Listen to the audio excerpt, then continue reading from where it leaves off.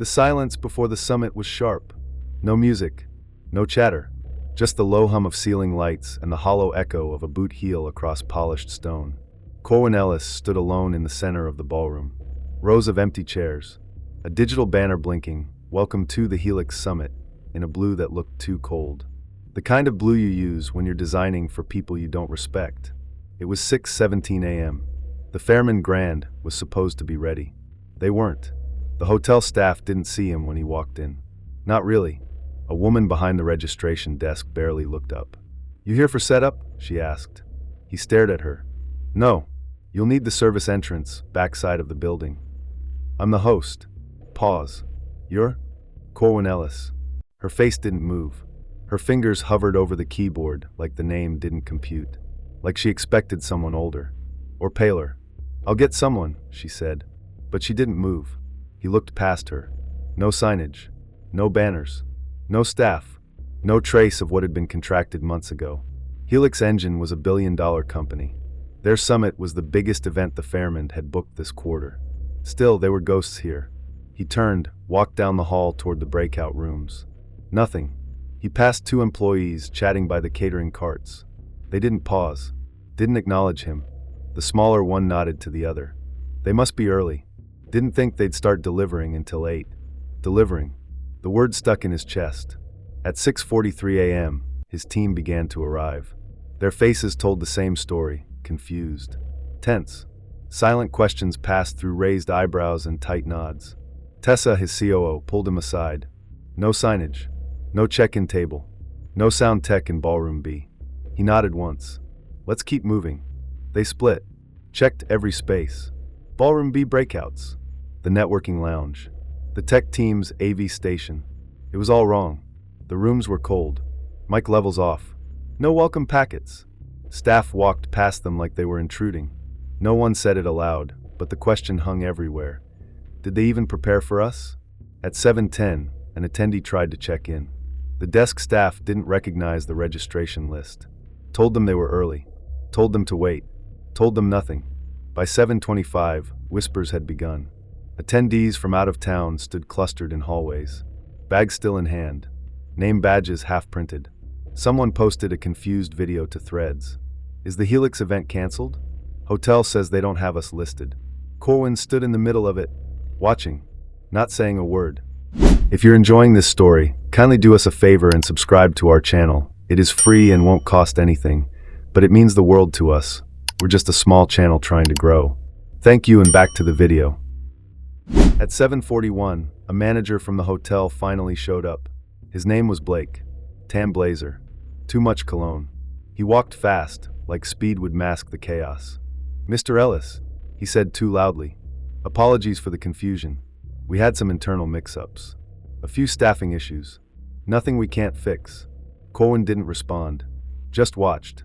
Blake gestured toward the ballroom. "Our team's working on it now. We'll get signage printed. Breakfast's a little behind, but the kitchen's moving." "No," Corwin said. Blake stopped. "Sorry? We're not staying." Blake blinked. I don't follow." Corwin turned to his team. Raised his voice just enough. "Everyone, grab your bags. Tell the guests. We're leaving." Gasps. Silence. A ripple of movement. "Sir, with all due respect," Blake started. Corwin faced him. "No more apologies. You had one job. Respect the people who brought you business. You failed." Mr. Ellis, we can fix this." "No, you can't." He turned back to the room. "We're relocating. Full relocation. Effective immediately." The shock hit like a thunderclap. Some gasped. Others looked relieved. "The Helix staff?" They nodded. Quick.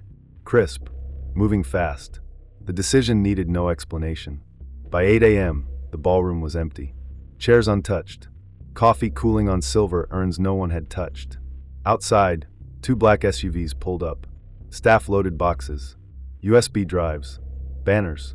Swag bags. Inside the hotel, Blake stood frozen, watching the exodus like a man who'd just seen money vanish into smoke. Then came the real twist. Stratton Hall. Corwin had already called them at 6:52, before the hotel manager even appeared. The cultural center in South Mere's East Side district wasn't flashy, but it was ready. By 8:45 a.m., the new venue had signage up. tables set, food plated, volunteers in place. At 9:02, the first panel began, right on time. Corwin didn't speak until the noon keynote. He stood behind the podium in a room filled to the edges. Folding chairs had been added for overflow. Industry leaders, investors, students, everyone. The lights dimmed. The room hushed. He didn't raise his voice. He didn't have to. "I won't waste your time," he said. "You came here expecting a summit. What you got was a decision." A pause. Every ear turned. The decision to walk away. From a space that didn't see us, didn't hear us, didn't care if we were even supposed to be there. No one moved. This wasn't about service. This wasn't about food. This was about dignity. And I don't compromise on that. Murmurs of agreement. Tight nods. Some clapped. Others just watched, quiet but lit up inside. He kept going. I didn't walk out to make a point. I walked out because there was nothing left to prove. We've earned our place. We don't have to ask for it. The applause this time was thunderous. But back at the Fairman Grand, it was a graveyard. The staff stood idle. Catering carts untouched. Signs stripped down. Rooms echoing with the absence of revenue. In a small office on the mezzanine, the sales director stared at a cancellation letter. From Helix Engine, effective immediately. No lawsuits. No argument. Just severance. By the next morning, 3 other companies had called to review their bookings. By Wednesday, 2 had canceled. No statements. No press. Just gone. A ripple. No splash. But the weight was felt. Meanwhile, Corwin sat in the back seat of his SUV. Windows cracked, suit jacket off, collar open. His assistant, Tira, rode beside him. "You want me to draft something?" she asked. "No. They're already talking about it online. Someone posted a video. Has over 200K views. Let them talk. People are asking for a comment." He shook his head. Not giving them one. Not yet. Silence stretched between them. Outside, the Southmere skyline glinted in the sun. Tira finally said, "You didn't even flinch back there." "I flinched," he said quietly. "I just didn't show it." Then he told her a story. When he was 22, just out of MIT, he showed up for a pitch meeting at a VC firm in Midtown. Walked in with a prototype, dressed in his best. Receptionist asked him to wait for the delivery guy to finish. He was the delivery guy. He waited 3 hours. No one ever called him in. He left. "No one remembers that," he said. "But I do. And it's not about being angry. It's about choosing. Choosing where not to be invisible." Tira nodded. Eyes forward. Silent. Corwin didn't say it, but he was thinking it. This isn't the last time. It never is. But what mattered was how he left. Not storming out. Not lashing out. Just walking away like he owned the air behind him. That night, an article appeared on a local tech blog. Why Helix walked out. No drama. Just a breakdown. The facts. A few quotes from anonymous staffers. It spread like smoke under a door. By Friday, 4 more companies had pulled bookings from the Fairmont. Still no statements. Still no noise. Just movement. On Monday morning, Corwin walked the Helix Engine offices. Staff looked sharper. Focused. Eyes lit with something new. A weight had lifted. Not because of revenge. Because they'd seen what it looked like to choose self-respect over comfort. To walk away clean. He stopped at the whiteboard in the planning suite. Diagrams. Code lines. Marker streak strategy notes. Behind him, a voice spoke up. "You think they get it now?" It was Mary Lake, one of their junior analysts. Bright. Still learning. Watching everything. Corwin turned. "Who?" "The hotel. The people watching." "They don't need to get it," Corwin said. "That's not who it was for." Mary hesitated. "Then who is it for?" Corwin looked out the glass wall of the office. "For everyone who's ever been mistaken for the help in their own house." He didn't say it. But he didn't have to. Then Mary asked something that stopped him cold. "Would you have walked out if this had happened 5 years ago?" Corwin looked at him. Then answered. "No. Why not?" "Because I thought I still had to prove something. And now?" Corwin didn't speak. But he turned toward the floor-to-ceiling window again, coffee cooling in his hand. Outside, the city moved like nothing had happened. But inside, everything had. And he wasn't done yet. Because just as he turned back to head toward his office, Tira appeared in the hallway. "Corwin," she said, "you need to see this." He followed her into the boardroom. A laptop sat open on the table, an email on screen, from someone he never expected to hear from again. someone who hadn't spoken to him in a decade. Subject line: "We need to talk. Urgently." The name made his chest tighten. The message was short, but what it said would change everything. Forever. Corwin stared at the glowing screen, the subject line burning into his eyes. Urgent, confidential, immediate action required. His pulse quickened. He tapped the message open. The email was from an anonymous sender. No name, just an address. truthseeker@protonmail.com. The body of the message was brief. They knew who you were. The Fairman Grand's management had explicit instructions. Check the attached file. Act swiftly. Attached was a PDF titled internal_memo_fairman.pdf. Corwin hesitated, then clicked. The document was a scanned memo, dated a week before the summit. It was addressed to the hotel staff from the general manager. Be advised, the upcoming Helix Engine summit will be hosted by Corwin Ellis. While he is the CEO, maintain standard protocols. Do not offer VIP courtesies unless explicitly instructed. Discretion is paramount. Corwin's jaw tightened. This wasn't negligence, it was deliberate. A calculated decision to undermine his authority. He forwarded the email to his legal team with a brief note. We need to talk. Now. The next morning, Corwin met with his legal counsel, Marissa Chin. She was already seated in his office, the memo printed and highlighted. This changes everything, she said, sliding the document across the table. Corwin nodded. It's not just about disrespect. It's about intent. Marissa leaned forward. We can pursue legal action. Discrimination, breach of contract, defamation. But we need to be strategic. Corwin considered this. I don't want a public battle, but I won't let this slide. Marissa smiled. Then we apply pressure quietly. Let them feel the consequences without the spectacle. Meanwhile, whispers spread through the tech community. Other companies began re-evaluating their relationships with the Fairman Grand. Cancellations trickled in. The hotel's reputation wavered. Back at Helix Engine, Corwin gathered his executive team. He shared the memo, the email, the plan. We won't retaliate, he said. We'll rise. We'll show them what dignity looks like. His team nodded, unified. They had his back. Days later, Corwin received another email from truthseeker@protonmail.com. This time, it contained a video clip. He played it. Grainy footage showed a meeting room. The hotel's general manager spoke to a group of staff. Remember, appearances matter. We have a certain image to uphold. Let's ensure our guests feel comfortable. The implication was clear. Corwin's presence didn't fit their desired image. He clenched his fists. This was bigger than him. It was about systemic bias. He forwarded the video to Marissa. Her reply was swift. This is the smoking gun. As Helix Engine prepared for its next big project, Corwin received a final email from truthseeker@protonmail.com. It read, They underestimated you, but someone on the inside believes in your mission. Keep pushing forward. No name, no further information. Corwin stared at the screen, determination burning in his eyes. He didn't know who Truth Seeker was, but he knew one thing. The fight wasn't over. If you're enjoying this story, kindly do us a favor and subscribe to our channel. It is free and won't cost anything, but it means the world to us. We're just a small channel trying to grow. Thank you, and back to the video.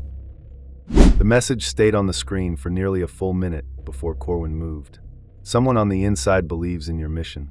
No signature. No name. But it didn't matter. He leaned back in his chair, closed his eyes.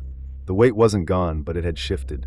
For days, the clip had circulated silently among his inner circle, the memo dissected in legal prep meetings, the whispers growing louder. No media storm. No interviews. But the story was spreading, underground, controlled, strategic. The Fairman Grand was hemorrhaging clients. Still, Corwin said nothing publicly. But now this message, this final thread, hinted at something deeper. Someone inside had risked everything to get this to him, which meant someone in that building saw the truth and wanted it exposed. He rose, stepped to the window of his corner office, and looked down at Southmere's financial district pulsing below.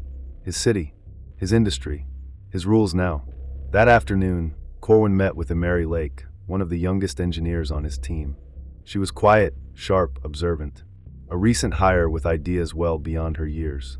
She stepped into his office cautiously. You wanted to see me? Corwin gestured to the chair across from him. I did, he said. Tell me, why did you come work here? She blinked, caught off guard. I mean, I followed the company for a while. Helix feels different. It's not just about building things fast, it's about building them right. With purpose. He nodded. That's exactly right. A pause. You saw what happened at the Fairmond, he said. The surface of it. Mary nodded. I was there. I saw how they treated you. All of us. Corwin studied her. And it was subtle, but intentional. He leaned in. Would you have walked away? She hesitated, then answered.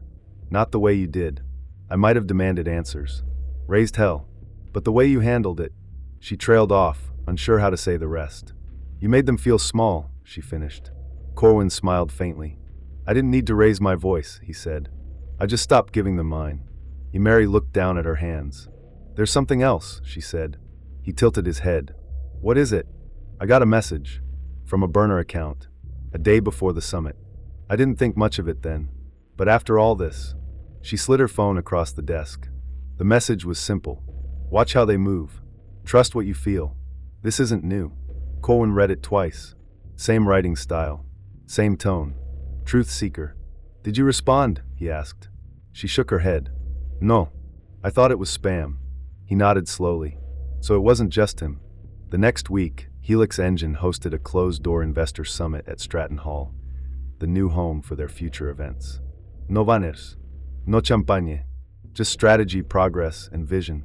But midway through the event, Corwin's assistant approached him with a note. Handwritten. No envelope. It read, Southmere Chamber Board meeting. Tuesday, 9 a.m. You'll want to be there. No name. Again. Corwin folded the paper. Said nothing. Tuesday morning. Downtown Southmere. Board chambers packed. Corwin arrived quietly, slid into a seat near the back. On the agenda, Venue Code of Conduct Policy. An unusual item. The board chair, a steely woman named Laura Thatch, cleared her throat. We've received a formal request to revisit the Fairmond Grand's standing as a certified partner venue due to claims of discriminatory conduct during a high-profile corporate event.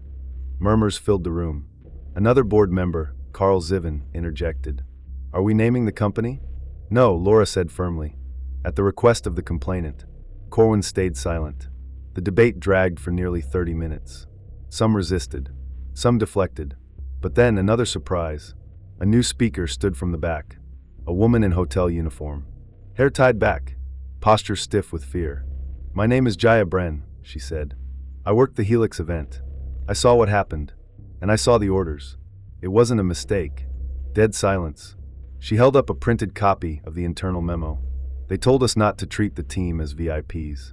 They said, quote, keep things neutral unless media is present. We knew what that meant. The air shifted.